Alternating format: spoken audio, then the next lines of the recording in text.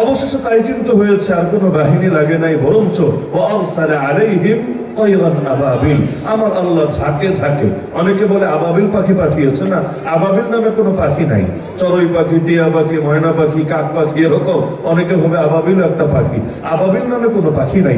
আবাবিল শব্দের অর্থ হলো ঝাঁকে ঝাঁকে, ঝাঁকে ঝাঁকে। ওই পাখিরা দেখবেন কখনো একা একা উড়ে যাচ্ছে, কখনো ঝাঁক বেঁধে উড়ে যাচ্ছে। আল্লাহ বুঝাচ্ছেন আমি একটা দুইটা পাখি পাঠিয়েছি, ওই আলাদা আলাদা ভাবে দু একটা পাখি এসে শরীক হয়েছে এমন না, ঝাঁকে ঝাঁকে পাখি এসেছে, আর এসে ওদেরকে কঙ্কর মেরে মেরে ওদেরকে ধ্বংস করে দিয়ে গিয়েছে। যার গায়ে কঙ্কর লেগেছে সেই জমিন থেকে নিশ্চিহ্ন হয়ে গিয়েছে। তো এই যে আবাবিল অর্থাৎ ঝাঁকে ঝাঁকে পাখি আসলো, তাদেরকে ধ্বংস করে দিল, এটাকে মাথায় রেখে অনেকে চিন্তা করে আমরাও তো মনে হয় এরকম কোন হালত পাবো, আমাদের জামানায়ও ঝাঁকে ঝাঁকে কোনো পাখি আসবে, এসে আমাদের দুশমনদেরকে পৃথিবী থেকে নিশ্চিহ্ন করে দেবে, আল্লাহ রাব্বুল আলামিন তার ফেরেশতা পাঠিয়ে আমাদেরকে মুক্ত করে দেবে। কিন্তু তারা ভুলে যায় আল্লাহ রাব্বুল আলামিন এই উম্মতে মুহাম্মাদীকে সম্পূর্ণ ভিন্ন আর স্বতন্ত্র একটা বৈশিষ্ট্য দিয়েছে।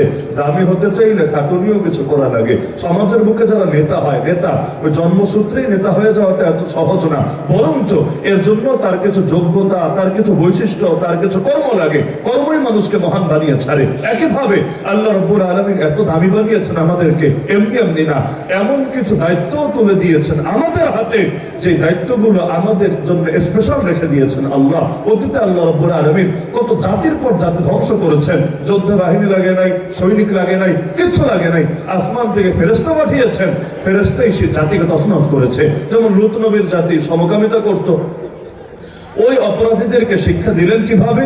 দুনিয়ার কোনো বাহিনী লাগে নাই, আল্লাহ ফেরেশতা পাঠালেন, ফেরেশতা তার ডানায় করে পুরো এলাকাটাকে ধরে মাটির উপর উঠিয়ে এরপর ঘুরিয়ে উল্টা করে একটা আছাড় মারলেন। ওই যে এক আছাড় মারলেন, পুরো জনপদ একটা সাগরে পরিণত হয়ে গেল। আজও মানুষ যেটা গেছেন ডেড সি, মৃত সাগর নামে। আল্লাহ রাব্বুল আলামিন ধ্বংসই করে দিলেন ওদেরকে মাত্র একজন ফেরেশতার একটা ডানা দিয়ে। আমার আল্লাহ চাইলে আজও এমন ফেরেশতা পাঠাতে পারেন নাকি পারেন? এক জিবরিল আমিনের ডানাই তো আছে 600 ডানা। এর মধ্যে এক একটা ডানাই এমন, যদি খুলে দেন আসমান আর জমিনের মধ্যে কোনো ফাঁকা জায়গা থাকবে না। অথচ আপনি চিন্তা করেন বদরের ময়দানে শুধু এক জিবরিল আমিন না, তার কমান্ড মেনে হাজার হাজার ফেরেশতা চলে এসেছে নবীর দোয়ার বরকতে, সাহাবীদের ঈমানি পাওয়ারের বরকতে। কারণ হাজার হাজার ফেরেশতা লাগবে কেন? হাজার হাজার ফেরেশতা লাগবে কেন? একজন ফেরেশতার একটা ডানাই তো যথেষ্ট পুরো এলাকাটাকে সমুদ্রে পরিণত করে দেওয়ার জন্য। এমনকি কোন জাতিকে আল্লাহ ধ্বংস করিয়েছেন ফেরেশতার চিৎকার দিয়ে, এমন এক চিৎকার দিয়েছে, ওই এই চিৎকার যার যার কানে পৌঁছেছে একদম কানের পর্দা ছিঁড়ে জায়গায় সেখানে মৃত্যুবরণ করেছে। তো এত হাজার হাজার বাহিনীকে আমার আল্লাহ কেন পাঠানো লাগবে বদরের ময়দানে? তা পাঠালেন, রেজাল্ট কি? মাত্র 70টা কাফের মরেছে, আরো 70টা বন্দী হয়েছে। তাহলে 1000 থেকে 70 প্লাস 70 140 ভাগ দেন, তার মানে বাকিগুলা যেখান থেকে এসেছে সেখানে আবার পালিয়ে গিয়েছে। অথচ ফেরেশতা আসলে 1000 কি 1 লাখও তো কিছু না, 1 কোটিও তো কিছু না, পুরো পৃথিবীর সবাই তো কিছু না। আল্লাহ তো চাইলে সবাই শেষ করে দিতে পারেন ফেরেশতার আঘাতে। কিন্তু এই শুরু থেকে আমি একটা পয়েন্টেই দৃষ্টি আকর্ষণ করছি, এক হলো আমার আল্লাহর কুদরত বা ক্ষমতা, আর এক হলো আমার আল্লাহ সুন্নাত বা নিজাম বা সিস্টেম। এক হলো ক্ষমতা আর এক হলো সিস্টেম। আমার আল্লাহ পারেন, সব পারেন, কিন্তু আমার আল্লাহ এই দুনিয়াটাকে একটা সিস্টেমের ভেতরে রেখেছেন। চাইলেই তিনি সব করবেন এমন না, বরঞ্চ আল্লাহ রাব্বুল আলামিন একটা নির্দিষ্ট নিজামের ভেতরে এই জমিনকে পরিচালনা করবেন। সেই নিজাম আল্লাহ কোরআনে জানিয়েছেন, কাতিলুহুম ইউআযিবহুমুল্লাহু বিআইদিকুম। হে জাতি, তোমরা এখন থেকে লড়াই করবা ইসলামের দুশমনদের বিরুদ্ধে। লড়াইয়ের দায়িত্ব, জিহাদের দায়িত্ব, কিতালের দায়িত্ব দেওয়া হলো তোমাদেরকে। আযাব আল্লাহ দিবেন, তোমাদের কোনো ক্ষমতা নাই তোমরা আযাব দিবা, আযাব আল্লাহ দিবেন। কিন্তু আগে আল্লাহ আযাব দিতেন কখনো জিবরিলের হাতে, কখনো মিকাইলের হাতে, কখনো ইসরাফিলের হাতে, কখনো ঝাঁকে ঝাঁকে পাখি পাঠিয়ে, কখনো বিভিন্ন গায়বী কুদরতের মাধ্যমে। কিন্তু এখন থেকে আল্লাহ আযাব দিবেন বিআইদিকুম, তোমাদের এই মোবারক হাতগুলো দিয়ে।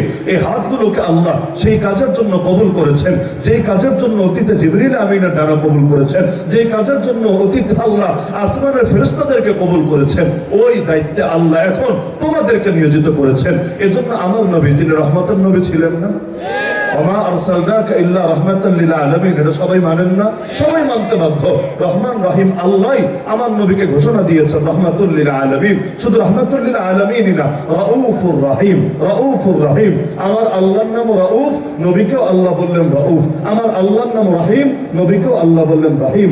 লাকাদ জাআকুম রাসূলুম মিন আনফুসিকুম আজিজুন আলাইহি মা আনিতুম হারিসুন আলাইকুম বিল মুমিনিনা রাউফুর রহিম। তো যেই নবী এত রহমতওয়ালা, যেই নবী এত দয়ালু, যেই নবী এত পরিমাণ উম্মতের জন্য কান্না করেন, এখনো পর্যন্ত রওজায়ে আতহারে শুয়ে ইয়া উম্মতি বলে কাঁদছেন, ওই নবী কেন 27টা যুদ্ধে ছুটে গেলেন?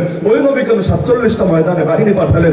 ওই নবী কেন নিজের মদিনা জীবন, নিজের রাজনৈতিক জীবনের 9.5 বছরই এমন ভাবে যুদ্ধ করলেন গড়ে প্রত্যেক 2 মাসের কম সময়ে এক একটা যুদ্ধ হয়েছে। এমনকি ওই যুদ্ধে গিয়ে আমার নবীর আঙ্গুল থেকে রক্ত ঝরেছে, ওই যুদ্ধে আমার নবীর দাঁত শহীদ হয়েছে, ওই যুদ্ধে আমার নবীকে ক্ষুধার জ্বালায় পেটে পাথর ভাবতে হয়েছে, ওই যুদ্ধে আমার নবীর আপন চাচা আমির হামজার বুকটা পর্যন্ত চিরে কলিজা বের করে চিবিয়ে খাওয়া হয়েছে। ওই যুদ্ধে আমার নবী এক সাহাবী যার নাম সাদ বিন আবি ওয়াক্কাস, সেই সাদ ইসলামের পক্ষে